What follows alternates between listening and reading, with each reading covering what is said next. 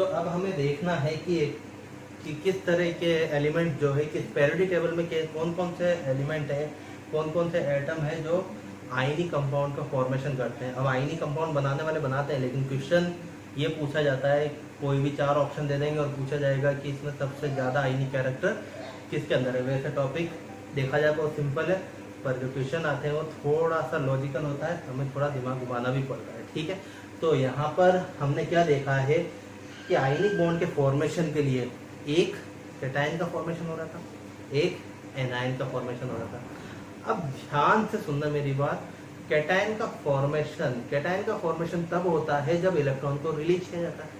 और आप 10th class में पढ़कर आए हो कि हमारा जो मेटल है वो बहुत आसानी से इलेक्ट्रॉन को रिलीज करता है। आ रही बात समझ में? तो हमारे लिए एक बहुत अच्छी बात हो गई, हमें ये पता चल गया कि कैटायन कौन कौन बना सकते हैं। इफेक्टिव आयनिक बॉन्ड बनाने के लिए कौन कौन से कैटायन को, मतलब कौन कौन से एटम को हम यूज में ले सकते हैं। तो आपको पता है कि हमारा लिथियम मैं बहुत अच्छी तरह से यूज में ले सकता हूँ, क्योंकि बहुत आसानी से अपने इलेक्ट्रॉन को ये क्या कर लेता है, लूज कर लेता है। एक ही इलेक्ट्रॉन लूज करना होता है तो बहुत इजीली लूज करता है। सोडियम को मैं ले सकता हूँ, पोटेशियम को मैं ले सकता हूँ, रूबिडियम को मैं ले सकता हूँ, सीजियम को मैं बहुत ज़्यादा ले सकता हूँ। और फ्रेंशियम की बात हम नहीं करते क्योंकि वो रेडियो एक्टिव एलिमेंट है। अच्छा, ये कौन से ग्रुप के एलिमेंट है? ये ग्रुप फर्स्ट के एलिमेंट है। ठीक है, अच्छा, बेरिलियम तो मैं ले सकता हूँ, नहीं ले सकता हूँ। मैग्नीशियम को ले सकता हूँ, कैल्शियम को मैं ले सकता हूँ, स्ट्रोंशियम को मैं ले सकता हूँ, बेरियम को मैं ले सकता हूँ। ये सभी क्या कर सकते हैं, आयनिक बॉन्ड का फॉर्मेशन करते हैं। ठीक है, ये जो होते हैं वो कौन से ग्रुप के मेंबर होते हैं? ग्रुप सेकंड के मेंबर। ठीक है, इसके अलावा हम ग्रुप 13 के मेंबर भी ले सकते हैं, जैसे एल्यूमिनियम हो गया, गैलियम हो गया। ठीक है, इन सबको हम यूज में ले सकते हैं। यहाँ पे मुझे एक टर्म आप लोगों को इंट्रोड्यूस करना पड़ेगा, इलेक्ट्रोवैलेंसी। वैसे आप लोग पढ़ के आ चुके हैं ये, फिर मैं बात दोबारा इसको रिपीट कर देता हूँ। इलेक्ट्रोवैलेंसी होती क्या है? तो देखो, इलेक्ट्रोवैलेंसी क्या होती है, सिंपली मैं बिल्कुल सिंपल लैंग्वेज में बोलूँ तो कोई भी आयन के ऊपर प्रेजेंट यूनिट चार्ज को हम क्या बोलते हैं? इलेक्ट्रोवैलेंसी। ठीक है, तो यहाँ पर इलेक्ट्रोवैलेंसी हम निकाल सकते हैं। जैसे लिथियम जो है, लिथियम के ऊपर यूनिट चार्ज कितना आएगा? 1। सोडियम के ऊपर भी यूनिट चार्ज कितना आएगा? 1, क्योंकि ये सब एक ही इलेक्ट्रॉन को लूज करते हैं। इनके आउटरमोस्ट शेल के ये सब एक ही इलेक्ट्रॉन को लूज करते हैं, क्योंकि इनके आउटरमोस्ट शेल में कितने इलेक्ट्रॉन होते हैं? एक होता है, तो आसानी से इसको क्या करते हैं? लूज करते हैं। तो जो इसकी इलेक्ट्रोवैलेंसी है वो कितनी हो जाती है? फर्स्ट ग्रुप की 1। सेकेंड ग्रुप की जो इलेक्ट्रोवैलेंसी होती है वो कितनी होती है? 2। और ग्रुप 13 की जो इलेक्ट्रोवैलेंसी होती है वो कितनी होती है? 3। मतलब ये Li प्लस में कन्वर्ट हो सकता है, ये Na प्लस में, ये K प्लस में, ये Rb प्लस में, ये Cs प्लस में। इसी तरह ये Be प्लस 2 में, Mg प्लस 2 में, Ca प्लस 2 में, Sr प्लस 2 में और Ba प्लस 2 में। ये Al प्लस 3 में, ये ये Al प्लस 3 में और Ga प्लस 3 में। ठीक है, तो ये जो मेंबर है ये सब इलेक्ट्रॉन को लूज करते हैं। ठीक है, और लूज करने के बाद क्या बनाते हैं? कैटायन का फॉर्मेशन करते हैं। ठीक है, तो मैं इनको क्या बोल सकता हूँ? मेटल्स। ये क्या होता है? मेटल। और जब मेटल्स नॉन मेटल्स के साथ कंबाइंड होता है, ठीक है, तो क्या बनाता है? आयनिक बॉन्ड का फॉर्मेशन करता है। मेटल और नॉन मेटल आपस में मिलकर क्या बनाते हैं? आयनिक बॉन्ड का फॉर्मेशन करते हैं। और हमने यहाँ पे देख लिया कि मेटल कौन कौन से हैं जो अच्छे आयनिक बॉन्ड का फॉर्मेशन कर सकते हैं। इसके अलावा भी है डी ब्लॉक एलिमेंट्स वगैरह, जैसे आयरन प्लस 2 वगैरह आयनिक बॉन्ड का फॉर्मेशन करते हैं, पर अभी हम सिंपली हम इन्हीं की बात करेंगे। ठीक है, नॉन मेटल की बात करते हैं तो आप देखो ग्रुप 50। ठीक है, अब देखो ग्रुप 50 में कौन कौन से हमारे पास? नाइट्रोजन है, फॉस्फोरस है, आर्सेनिक है, एंटीमनी है।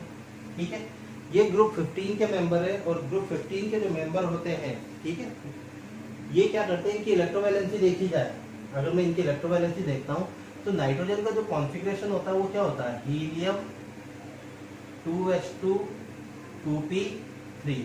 आउटर मोस्ट शेल में कितने इलेक्ट्रॉन है? 5, ठीक है। अच्छा कितने इलेक्ट्रॉन गेन कर सकते हैं?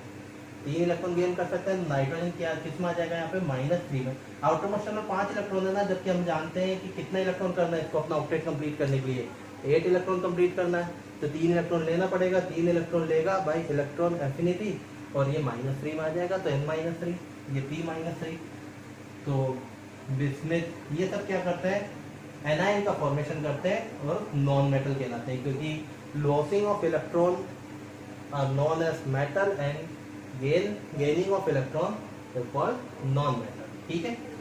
ग्रुप 16 की बात करता हूं मैं, तो ग्रुप 16 में हमारे पास क्या है? ऑक्सीजन है, सल्फर है, सेलेनियम है, टेलुरियम, ठीक है। इसकी इलेक्ट्रोवैलेंसी जो है वो कितनी है? 3। तो आप बताइए इसकी इलेक्ट्रोवैलेंसी कितनी है? मैं आपको 10 सेकंड का टाइम बता रहा हूँ, सोच लीजिए, बताइए इसकी इलेक्ट्रोवैलेंसी कितनी होगी?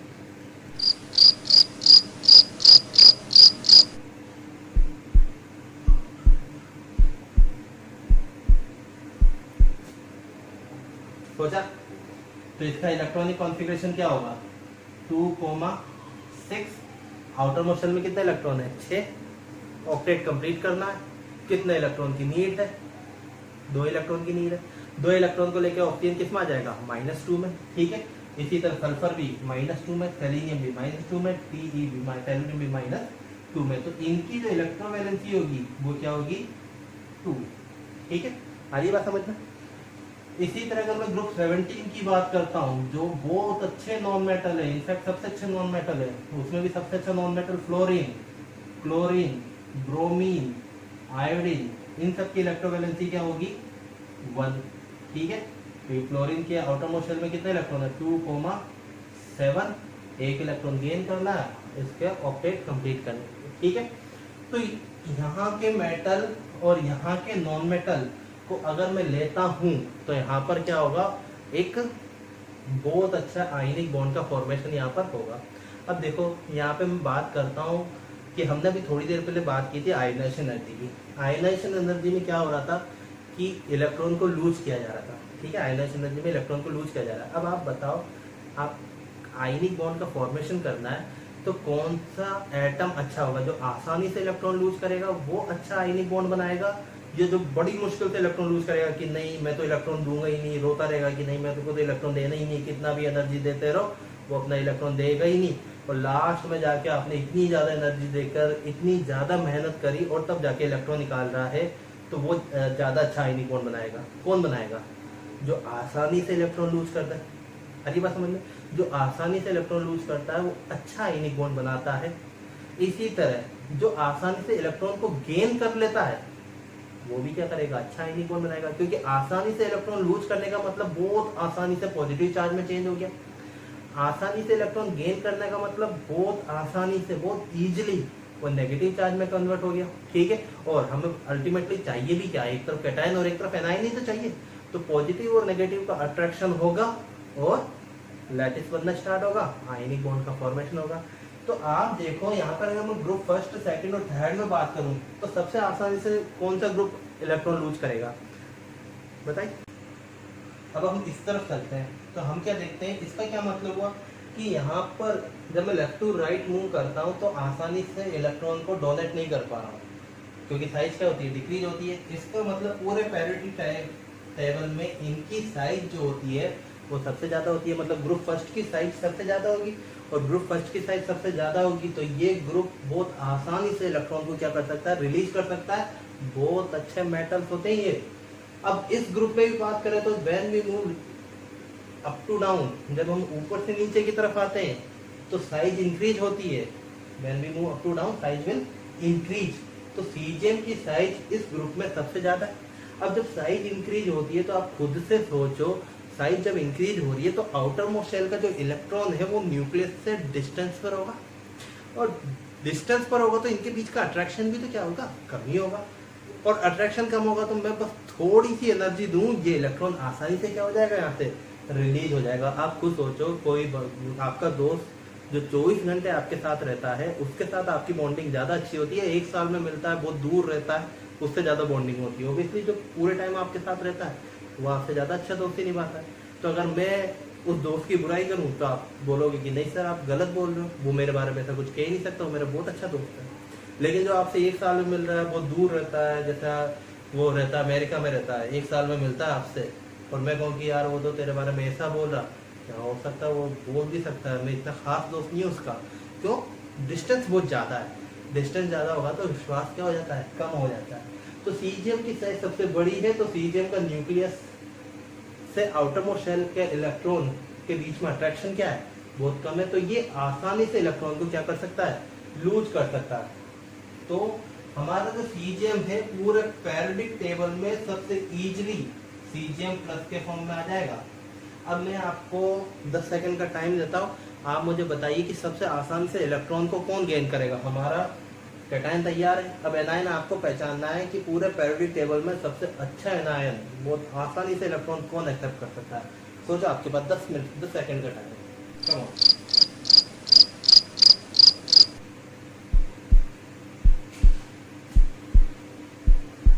सोच लिया? क्या आपका आंसर ये? अगर आपका आंसर ये है फ्लोरीन, तो आप बिल्कुल ऑब्वियसली सही है। इतना तो जानते ही, इतना भी नहीं जानते तो फिर घर पे बैठो, फिर केमिस्ट्री के पढ़ रहे। तो फ्लोरीन जो है वो साइज में सबसे छोटा है, और साइज में सबसे छोटे होने की वजह से इलेक्ट्रॉन को ये क्या कर सकता है, बहुत आसानी से एक्सेप्ट कर सकता है। इसकी इलेक्ट्रॉन एफिनिटी क्या होगी, सबसे ज्यादा होगी। तो फ्लोरीन जो है वो कितना आ जाएगा, बहुत इजीली S- में आ जाएगा, और इनके बीच में बहुत ज्यादा electrostatic force of attraction proceed होगा। इसका मतलब इनका आयनिक कैरेक्टर क्या होगा, बहुत ज्यादा होगा। बहुत आसानी से इन्होंने क्या कर दिया, बहुत आसानी से इन्होंने क्या कर दिया, अपने ऊपर पॉजिटिव चार्ज और नेगेटिव चार्ज को ले गए। तो आयनिक कैरेक्टर भी इनका क्या होगा, बहुत ज्यादा होगा। ठीक है, तो ऐसे क्वेश्चन पूछे जाते हैं, आपको 4 ऑप्शन या 5 ऑप्शन दे दिए जाएंगे, पूछेंगे कि सबसे ज्यादा आयनिक कैरेक्टर क्या है, या उसका इंक्रीजिंग ऑर्डर पूछ लेंगे, डिक्रीजिंग ऑर्डर पूछ लेंगे। किसी भी टाइप के क्वेश्चन यहाँ पर पूछा जा सकता है। तो क्लियर है, यहाँ तक बात समझ में आ रही है? मैं इसको और आगे ले चलता हूँ, आप इसको नोट डाउन कर लीजिए।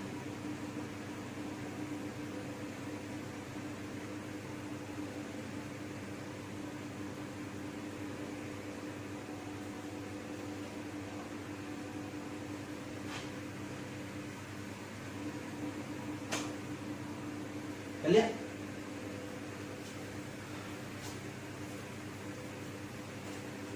तो देखो हमने यहाँ पर भी थोड़ी देर पहले क्या देखा था, सीजियम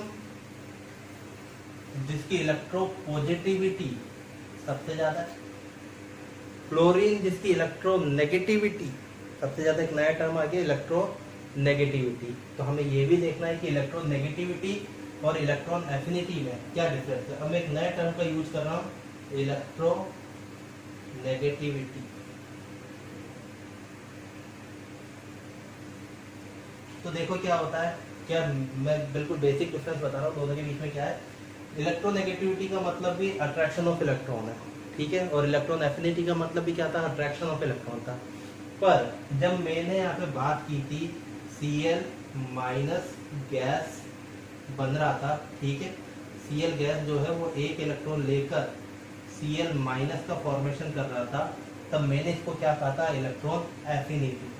क्या कहा था इसको मैंने, इलेक्ट्रॉन एफिनिटी। ये एक isolated gases atom, isolated gaseous atom, ठीक है।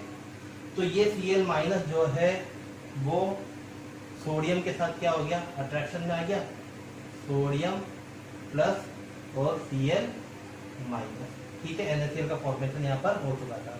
अब मैं एक एग्जांपल देके आपको समझाता हूँ, जैसे HCl का एक एग्जांपल लेता हूँ मैं यहाँ पे, थोड़ी सी देर के लिए समझाने के लिए मैं HCl का एग्जांपल यहाँ पे ले रहा हूँ। तो ये हाइड्रोजन है और इसका एक इलेक्ट्रॉन, ठीक है, क्लोरीन के साथ इसने क्या कर रखा है, बॉन्ड बना रखा है, ठीक है। तो अब देखो होता क्या है यहाँ पर, क्लोरीन की इलेक्ट्रोनेगेटिविटी, अब देखो यहाँ पर कंपाउंड का फॉर्मेशन हुआ है, यहाँ पर ये शेयर पेयर ऑफ इलेक्ट्रॉन है। अब क्लोरीन की इलेक्ट्रोनेगेटिविटी ऑब्वियसली हाइड्रोजन से क्या है, ज्यादा है। तो ये शेयर्ड पेयर ऑफ इलेक्ट्रॉन को ये क्या करता है, अपनी तरफ अट्रैक्ट करता है। ये कौन, Cl या फिर जो भी इलेक्ट्रोनेगेटिव एलिमेंट होगा। जैसे अगर मैं HCl की बात करूं तो HCl में शेयर्ड पेयर ऑफ इलेक्ट्रॉन जो है वो क्लोरीन के तरफ जो है ज़्यादा शिफ्ट हुए रहते हैं। यहाँ पे Cl की तरफ ये शेयर्ड पेयर ऑफ इलेक्ट्रॉन क्या होते हैं, शिफ्ट हुए होते हैं, तो इसको इलेक्ट्रोनेगेटिविटी बोलते हैं। मतलब शेयर्ड पेयर ऑफ इलेक्ट्रॉन को अपनी तरफ अट्रैक्ट करने की जो कैपेसिटी होती है उसको हम क्या बोलते हैं, इलेक्ट्रोनेगेटिविटी। लेकिन एक आइसोलेटेड गैसेस एटम को एनायन, एक आइसोलेटेड गैसेस एटम से एनायन बनने की जो टेंडेंसी होती है, ये एक आइसोलेटेड गैसेस एटम का इलेक्ट्रॉन एक्सेप्ट करने की जो टेंडेंसी होती है उसको इलेक्ट्रॉन एफिनिटी कहते हैं। यहाँ पे एक सिंगल एटम की बात चल रही है, जबकि यहाँ पे मॉलिक्यूल की बात चल रही है। तो मॉलिक्यूल में इलेक्ट्रॉन को अट्रैक्ट करना हो तो इलेक्ट्रॉन नेगेटिविटी, और सिंगल एक एटम की बात करनी है तो इलेक्ट्रॉन एफिनिटी। आती है बात समझ में? अब देखो क्या होता है यहाँ पर, मैं यहाँ पे बात कर रहा था इलेक्ट्रोनेगेटिविटी की। तो देखो हमने क्या देखा कि सोडियम तो बहुत ज्यादा इलेक्ट्रोपॉजिटिव है और क्लोरीन बहुत ज्यादा इलेक्ट्रॉन नेगेटिव है। या फिर मैं सोडियम फ्लोराइड की बात कर सकता हूँ, सोडियम क्लोराइड, सोडियम ब्रोमाइड, किसी की बात कर सकता हूँ। यहाँ पर एक इलेक्ट्रोपॉजिटिव एलिमेंट है और एक इलेक्ट्रॉन नेगेटिव एलिमेंट है। या फिर मैं इन दोनों को सिर्फ इलेक्ट्रोनेगेटिविटी की रेफरेंस में बात करूँ तो जिसकी इलेक्ट्रोपॉजिटिविटी बहुत ज्यादा होती है ऑब्वियसली उसकी इलेक्ट्रोनेगेटिविटी क्या होगी, बहुत कम होगी।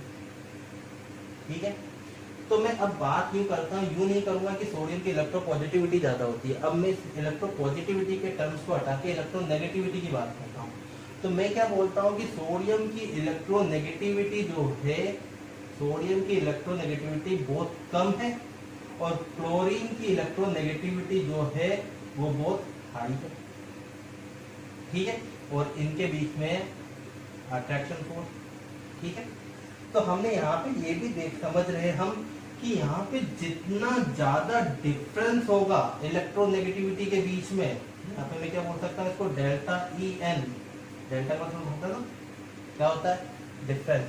ठीक है, तो डिफरेंस, इलेक्ट्रोनेगेटिविटी का डिफरेंस जितना ज्यादा होगा, आयनिक बॉन्ड या आयनिक कैरेक्टर उतना ही ज्यादा होगा। बच्चों बहुत ध्यान से देखना, इसको बहुत खास बात बता दी मैंने आप लोगों को। इलेक्ट्रोनेगेटिविटी में डिफरेंस जितना ज्यादा होगा, आयनिक कैरेक्टर उतना ही ज्यादा होगा। अभी थोड़ी देर पहले हमने एग्जांपल लिया था सीजियम का और यहाँ पे मैंने लिया था फ्लोरीन का। तो फ्लोरीन की इलेक्ट्रोनेगेटिविटी बहुत हाई थी, सीजियम की इलेक्ट्रोपॉजिटिविटी बहुत हाई थी, पर इलेक्ट्रोनेगेटिविटी तो बहुत लो थी। और इन दोनों का इलेक्ट्रोनेगेटिविटी डिफरेंस जो होता है वो बहुत ज्यादा होता है। मतलब ये तो बहुत ही कम इलेक्ट्रोनेगेटिव, ये बहुत ही ज्यादा इलेक्ट्रोनेगेटिव, और इनका जो डेल्टा ई एन है वो बहुत ज्यादा है। तो इनका जो आयनिक कैरेक्टर है वो भी क्या होगा, बहुत ज्यादा होगा। तो आप लोगों को पहचानना है कि इलेक्ट्रोनेगेटिविटी डिफरेंस कितना है। आती है बात समझ में? यहाँ तक ये बात क्लियर है? अब होता क्या है कि हमने एक क्राइटेरिया निकाल रखा है, यहाँ पर एक क्राइटेरिया का एक मेजरमेंट ले रखा है हमने। यहाँ पर हम क्या बोलते हैं कि जो इलेक्ट्रोनेगेटिविटी का डिफरेंस है, ध्यान से सुनना मेरी बात, जो इलेक्ट्रोनेगेटिविटी का डिफरेंस है वो अगर 1.7 से ज्यादा है, डेल्टा ई एन की वैल्यू जो है, डेल्टा ई एन की वैल्यू जो है वो मोर देन 1.7 है, तो वहां पर आयनिक बॉन्ड बनने की पॉसिबिलिटी, आयनिक बॉन्ड बनने की पॉसिबिलिटी होती है। मतलब वहां पर आयनिक बॉन्ड बनेगा 1.7 या उससे ज्यादा हो तो आयनिक बॉन्ड का फॉर्मेशन यहाँ पर होगा। और अगर 1.7 से कम हो इलेक्ट्रोनेगेटिव डिफरेंस तो वहां पर शेयरिंग ऑफ इलेक्ट्रॉन होगी, मतलब कोवलेंट बॉन्ड का फॉर्मेशन यहाँ पर होगा। ठीक है, अब 1.7 से जितना ज्यादा होता जाएगा आयनिक बॉन्ड उतना ही स्ट्रॉन्ग बनता जाएगा, और जितना कम होगा या 1.7 के जितना आसपास होगा आयनिक कैरेक्टर उतना ही कम होगा। या तो बात क्लियर है? बहुत लॉजिकल बात है, ये समझना इस चीज।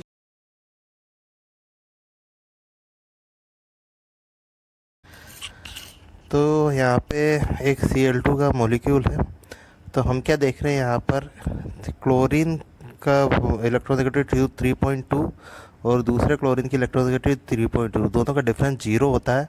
अतः ये क्या हो जाता है, non polar covalent compound. Clear है? यहाँ तक बात समझ में आती है? अब अगर मैं HCl की बात करता हूँ तो यहाँ पर जो Cl है, जो हाइड्रोजन है उसका 2.2 और Cl का 3.2, जो डिफरेंस आता है 1.0 आता है। और हम देखते हैं कि 0.5 से 1.7 के बीच में अगर इलेक्ट्रोनेगेटिव डिफरेंस है तो ये पोलर कोवलेंट बॉन्ड का फॉर्मेशन करता है। मतलब कोवलेंट बॉन्ड तो है पर उसमें पोलैरिटी जनरेट हो जाती है। क्यों? क्योंकि क्लोरीन की जो इलेक्ट्रोनेगेटिविटी ज़्यादा है तो ये शेयर्ड इलेक्ट्रॉन को अपनी तरफ क्या करता है, शिफ्ट करके रखता है। इसलिए इसमें पार्शली नेगेटिव चार्ज और हाइड्रोजन में पार्शली पॉजिटिव चार्ज का जनरेशन हो जाता है। अब अगर NaCl की बात करते हैं तो सोडियम की इलेक्ट्रोनेगेटिविटी कंपेयर टू क्लोरीन बहुत कम होती है, 0.9 सोडियम, जबकि Cl की 3.2 है। डिफरेंस 2.3 का है और एक आयनिक बॉन्ड का यहाँ पर फॉर्मेशन होता है।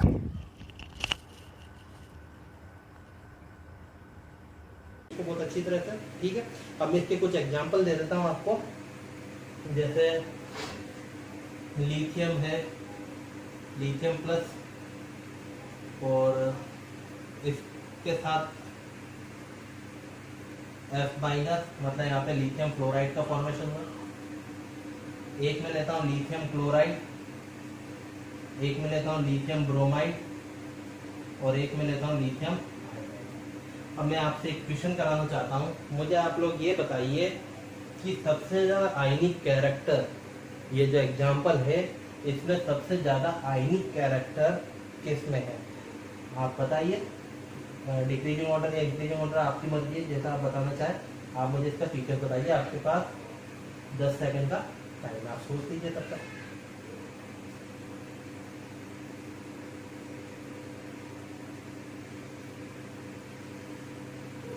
Idea answer? तो देखो मैं इसका आंसर बताता हूँ क्या होगा। सबसे पहले देखो, जब भी ऐसे क्वेश्चन कॉम्पिटिटिव एग्जाम में जब भी ऐसे क्वेश्चन आते हैं तो इसको सॉल्व करने का भी एक तरीका होता है, ठीक है। सबसे पहले तो, क्योंकि हमें जल्दीबाजी नहीं करनी, जल्दीबाजी में क्या होता है, आपको आते हुए भी आप क्या कर लोगे, इसको गलत कर लोगे, ठीक है। तो हमें जल्दीबाजी बिल्कुल नहीं करना, बिल्कुल काम होके बिल्कुल आराम से हमें इस क्वेश्चन को देखना है। तो सबसे पहले देखो, कॉमन चीज को हटा दो। कॉमन क्या है? Lithium, lithium, lithium, lithium. इस लिथियम की वजह से कोई चेंज नहीं आ रहा है, क्योंकि जो चेंज लिथियम की वजह से LiF में है वही चेंज LiCl में, वही चेंज LiBr में, वही चेंज LiI में है। तो लिथियम तो यहाँ पर बस शो करने के लिए, दिखाने के लिए, लिथियम के थ्रू यहाँ पे आंसर आना भी नहीं है। अब जो वेरी कर रहा है उसको देखो, तो वेरी कौन कर रहा है? क्लोरीन से क्लोरीन में आ गया, क्लोरीन से ब्रोमीन में आ गया, ब्रोमीन से आयोडीन में। अब अगर मैं इलेक्ट्रोनेगेटिविटी का ऑर्डर देखता हूँ तो मैं क्या जानता हूँ कि जिसकी साइज जितनी छोटी होती है उसकी इलेक्ट्रोनेगेटिविटी उतनी ही ज्यादा होती है। हम जानते हैं size, electronegativity is directly inversely proportional to size. Size जितनी ज्यादा होगी इलेक्ट्रोनेगेटिविटी उतनी ही कम हो जाएगी, या साइज जितनी कम होगी इलेक्ट्रोनेगेटिविटी उतनी ही ज्यादा हो जाएगी। तो आप बताइए इन सब में इलेक्ट्रोनेगेटिविटी सबसे ज्यादा किसकी? तो इलेक्ट्रोनेगेटिविटी का ऑर्डर क्या होगा यहाँ पर? सबसे छोटी साइज का कौन है? फ्लोरीन। उसके बाद कौन है? क्लोरीन। उसके बाद कौन है? ब्रोमीन। और फिर कौन है? आयोडीन, ठीक है। तो यहाँ पर इलेक्ट्रोनेगेटिविटी का डिफरेंस देखना है तो सबसे ज्यादा डिफरेंस किनके बीच में आएगा? फ्लोरीन और लिथियम के बीच में, या क्लोरीन और लिथियम के बीच में, या ब्रोमीन और लिथियम के बीच में, या आयोडीन और लिथियम के बीच में। तो लिथियम की वैल्यू तो फिक्स है। अब यहाँ पर आप देखो कितना बढ़ रहा है, तो फ्लोरीन की इलेक्ट्रोनेगेटिविटी सबसे ज्यादा है। तो मान ली इसका कोई भी वैल्यू x मान लो, लिथियम की कोई भी वैल्यू मान लो x, तो x का जो डिफरेंस है इलेक्ट्रोनेगेटिविटी का वो फ्लोरीन के साथ सबसे ज्यादा है। इसका मतलब इनमें आयनिक कैरेक्टर क्या होगा? सबसे ज्यादा होगा। तो सबसे ज्यादा आयनिक कैरेक्टर किसका होगा? LiF, उसके बाद LiCl, उसके बाद LiBr, और सबसे कम आयनिक कैरेक्टर किसका होगा? Lithium iodide. आधी बात समझ में क्लियर है? यहाँ तक बात समझ में आ रही है? मैं आपको एक और क्वेश्चन देता हूँ, आप करके बताइए।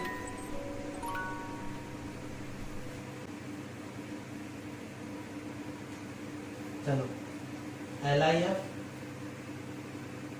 NaF, KF, RBF, CF। मुझे यहाँ पर आप इलेक्ट्रोनेगेटिविटी का ऑर्डर बताइए। आप जैसा चाहे वैसा बता दीजिए, ऐसा करो डिक्रीजिंग ऑर्डर बता दीजिए यहाँ पर, ठीक है। करिए इसको, क्वेश्चन सॉल्व कीजिए इसमें।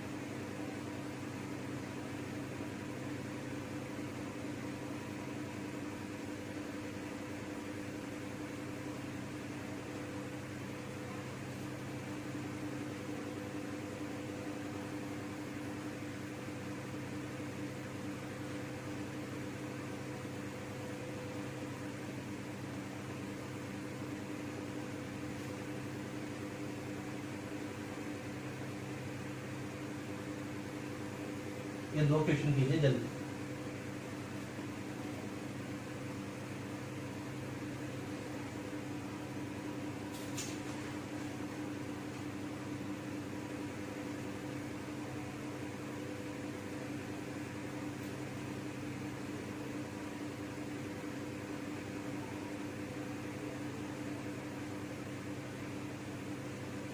चलिए चलिए, चलो देखते हैं यहाँ पर। सबसे पहले कॉमन को हटा दो, तो कॉमन कौन है? एफ। क्लोरीन यहाँ पे क्या है? कॉमन, तो इसको तो हटा दो यहाँ पे, क्योंकि इसके कारण कोई चेंज नहीं आता है। अब देखो मेटल को देखो, तो मेटल में हमें क्या देखना होता है? जिसकी इलेक्ट्रोनेगेटिविटी सबसे कम है, कहने का मतलब जिसकी इलेक्ट्रोपॉजिटिविटी सबसे ज़्यादा है। पर हमें एक ही टर्म को यूज करते तो हम इलेक्ट्रोनेगेटिविटी की बात कर लेते हैं यहाँ पर। तो मैं क्या देखता है यहाँ पर, इलेक्ट्रोपॉजिटिविटी सबसे ज़्यादा किसकी होगी? सीजीएम की।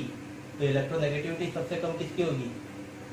अगर इलेक्ट्रोपॉजिटिविटी सीजीएम की सबसे ज़्यादा है तो इसकी इलेक्ट्रोनेगेटिविटी सबसे कम होगी। ठीक है, तो यहाँ पर इसकी इलेक्ट्रोनेगेटिविटी सब, मेटल की इलेक्ट्रोनेगेटिविटी सबसे कम है यहाँ पर मेटल की। सेकंड नंबर पे कौन आएगा? रूबिडियम, फिर पोटेशियम, फिर सोडियम और फिर लिथियम। तो आप बताइए कि इसकी इलेक्ट्रोनेगेटिविटी सबसे कम है और इसकी इलेक्ट्रोनेगेटिविटी सबसे ज़्यादा है फ्लोरीन की। वैसे फ्लोरीन तो सब में कॉमन ही है, पर यहाँ पर इसकी सबसे कम है, तो इसके साथ डिफरेंस भी तो सबसे ज़्यादा होगा। इलेक्ट्रोनेगेटिविटी डिफरेंस इन दोनों के बीच में सबसे ज़्यादा होगा, या इन दोनों के बीच में होगा, या इन दोनों के बीच में होगा, या इन दोनों के बीच में होगा, या इन दोनों के बीच में होगा। तो हम क्या देख रहे हैं? सबसे ज़्यादा डिफरेंस किस में आएगा? इसमें। क्यों? क्योंकि सीजीएम की इलेक्ट्रोनेगेटिविटी सबसे कम है। ठीक है, तो सबसे ज़्यादा आयनिक कैरेक्टर किसमें होगा? CGM fluoride. उसके बाद रूबिडियम फ्लोराइड, उसके बाद पोटेशियम फ्लोराइड, उसके बाद सोडियम फ्लोराइड, और सबसे कम किसमें होगा? Lithium fluoride. अब आप लोग थोड़ा सा कंफ्यूज हो गए होंगे इसमें, मैंने कंफ्यूज करने के लिए ही ये क्वेश्चन दिया है, क्योंकि ऐसे क्वेश्चन भी बहुत ज़्यादा पूछे जाते हैं। ठीक है, तो यहाँ पे मैंने मिक्स दे रखा है, यहाँ पे सारे आयनिक बॉन्ड नहीं है, कुछ कोवलेंट बॉन्ड भी इसके अंदर। तो पहले तो कोवलेंट बॉन्ड को हटा दो। कोवलेंट बॉन्ड तो ऑब्वियसली क्या होंगे? उनमें तो आयनिक कैरेक्टर वैसे भी कम होगा। तो आयनिक कैरेक्टर छांट लो इसमें। सबसे पहले कौन कौन आयनिक कैरेक्टर वाले बॉन्ड है? तो देखो यहाँ पर मेटल है, यहाँ पर मेटल है। ठीक है, यहाँ पर मेटल और यहाँ पर मेटल। तो इन दोनों के बीच में ये और ये नॉन मेटल और ये भी नॉन मेटल, और दोनों अच्छे खासे नॉन मेटल। तो ये तो प्योर आयनिक बॉन्ड है। जैसे प्योर आयनिक बॉन्ड कभी होता नहीं है, कभी भी 100% आयनिक बॉन्ड या 100% कोवलेंट बॉन्ड नहीं होता। आयनिक बॉन्ड के अंदर कोवलेंट कैरेक्टर होता है, कोवलेंट बॉन्ड के अंदर आयनिक कैरेक्टर होता है। 100% कोई चीज़ नहीं होती। हम इसको पढ़ेंगे आगे फाजान रूल में। ठीक है, अभी मैं ये कह सकता हूँ कि इनमें आयनिक कैरेक्टर ज़्यादा होगा। ये क्लियर मुझे आयनिक नजर आ रहा है, यहाँ पे आयनिक कैरेक्टर ज़्यादा है। ठीक है, जबकि ये मुझे क्लियर क्या नजर आ रहे हैं? ये तीनों ही क्या है? कोवलेंट। ये तो एन एन है, नाइट्रोजन और नाइट्रोजन। तो यहाँ पे तो इलेक्ट्रोनेगेटिविटी डिफरेंस ही 0 है। तो 1.7 से नीचे आते ही क्या होता है? कोवलेंट कैरेक्टर होता है। ये तो बहुत कम हो गया, तो ये तो ऑब्वियसली कोवलेंट ही है। ClF3 दोनों ही नॉन मेटल है, तो यहाँ पे भी कोवलेंट कैरेक्टर। सल्फर और ऑक्सीजन दोनों ही नॉन मेटल है, तो दोनों में भी क्या है? Covalent character. लेकिन अब हमें देखना है कि कोवलेंट कैरेक्टर किसमें सबसे ज्यादा है। जिसमें कोवलेंट कैरेक्टर सबसे ज्यादा है उसमें आयनिक कैरेक्टर कम। ठीक है, जिसमें कोवलेंट कैरेक्टर ज्यादा होगा उसमें आयनिक कैरेक्टर क्या होगा? कम होगा। या फिर मैं बोल सकता हूँ यहाँ पर, सबसे पहले तो इन दोनों में देख लेते हैं। तो यहाँ पर आप लोग देखोगे तो लिथियम और पोटेशियम, तो लिथियम का आता है प्लस में और पोटेशियम भी आता है प्लस में। ठीक है, अब आप बताओ साइज किसकी बड़ी है? लिथियम की बड़ी है, पोटेशियम की बड़ी है? ऑब्वियसली किसकी साइज बड़ी होती है? पोटेशियम की बड़ी होती है, लिथियम की बड़ी होती है साइज? बताइए। पोटेशियम की साइज बड़ी है। इस हिसाब से देखा जाए तो पोटेशियम अपने इलेक्ट्रॉन को क्या करता है? आसानी से लूज कर सकता है। पोटेशियम बहुत आसानी से इलेक्ट्रॉन को लूज कर सकता है। इसका मतलब इसका आयनिक कैरेक्टर भी क्या होना चाहिए? ज़्यादा होना चाहिए। पर कहानी अभी यहाँ पे ख़त्म नहीं होती है। इतना ईजी होता तो फिर सबके ही करेक्शन होता। इतना आसानी से यहाँ पे कहानी खत्म नहीं होगी। आप देखो, अभी तो हमने सिर्फ एक ही मेटल को देखा ऊपर वाला, अभी तो नॉन मेटल को और देखना है। तो हम देख रहे हैं यहाँ पे फ्लोरीन और ऑक्सीजन। तो कौन आसानी से इलेक्ट्रॉन गेन करता है? और फ्लोरीन आसानी से इलेक्ट्रॉन गेन करता है, क्योंकि फ्लोरीन को एक ही इलेक्ट्रॉन की नीड होती है और साइज भी इसकी बहुत छोटी होती है, तो ये आसानी से इलेक्ट्रॉन को गेन करेगा। अब दिक्कत ये हो गई जबकि अगर मैं मेटल को देख के चलूं तो मेरा K2 ज्यादा आयनिक कैरेक्टर रखेगा, क्योंकि इसकी इलेक्ट्रोनेगेटिविटी क्या होगी, मतलब ये आसानी से इलेक्ट्रॉन को क्या कर देगा, लूज करेगा। इसकी इलेक्ट्रोपॉजिटिविटी ज्यादा है, ये इसकी इलेक्ट्रोनेगेटिविटी कम है। ठीक है, मेटल की तो वैसे भी इलेक्ट्रोनेगेटिविटी क्या करनी है, मैं कम ही देखनी है। नॉन मेटल के हिसाब से देखा जाए तो ऑक्सीजन की इलेक्ट्रोनेगेटिविटी कंपेयर टू फ्लोरीन क्या हो जाएगी, कम हो जाएगी। तो मेटल के हिसाब से तो पोटेशियम ज्यादा शो कर रहा है, लेकिन नॉन मेटल के हिसाब से फ्लोरीन शो कर रहा है, आयनिक कैरेक्टर ज्यादा। बहुत ज्यादा कंफ्यूजन हो गया कि हम इन दोनों में किसको देखें। ठीक है, तो यहाँ पर हम क्या देखते हैं कि यहाँ पर हमारा फ्लोरीन और ऑक्सीजन में फ्लोरीन की इलेक्ट्रोनेगेटिविटी क्या होती है, बहुत ज्यादा होती है। ठीक है, तो यहाँ पे जो भी डिसाइडिंग फैक्टर होगा वो किसके बेसिस पर होगा, फ्लोरीन के, क्योंकि लिथियम को एक इलेक्ट्रॉन लूज करना है, पोटेशियम को भी एक इलेक्ट्रॉन लूज करना है। बहुत ज्यादा डिफरेंस नहीं है इनके बीच में, बहुत ज्यादा डिफरेंस नहीं है इलेक्ट्रोपॉजिटिविटी का। लेकिन यहाँ पे फ्लोरीन की बात करें तो फ्लोरीन पूरे पेरियोडिक टेबल में सबसे ज्यादा इलेक्ट्रोनेगेटिव एलिमेंट है। तो ये आसानी से क्या करता है, लिथियम से बहुत जल्दी इलेक्ट्रॉन को क्या करता है, गेन करता है। इसका मतलब आयनिक कैरेक्टर जो है वो लिथियम फ्लोराइड का सबसे ज्यादा होगा। तो ऑब्वियसली K2 क्या हो जाएगा, सेकंड नंबर पे आएगा।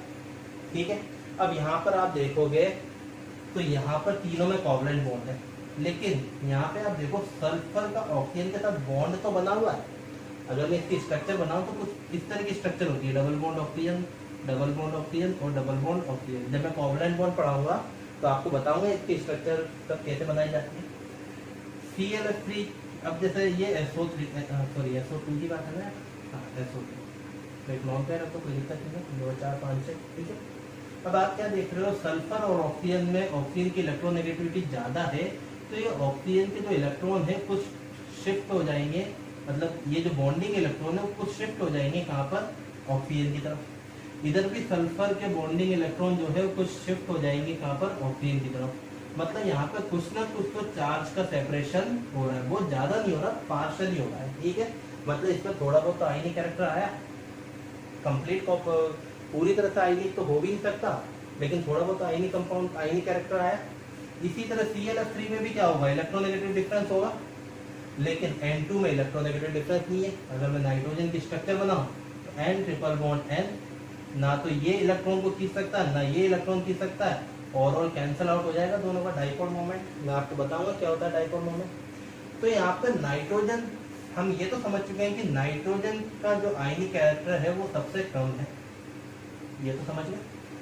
सबसे ज्यादा LiF का, देन K2O का, और N2 सबसे कम होगा। ठीक है, क्योंकि दोनों की इलेक्ट्रोनेगेटिविटी सेम है, 0 आ रहा है वैल्यू।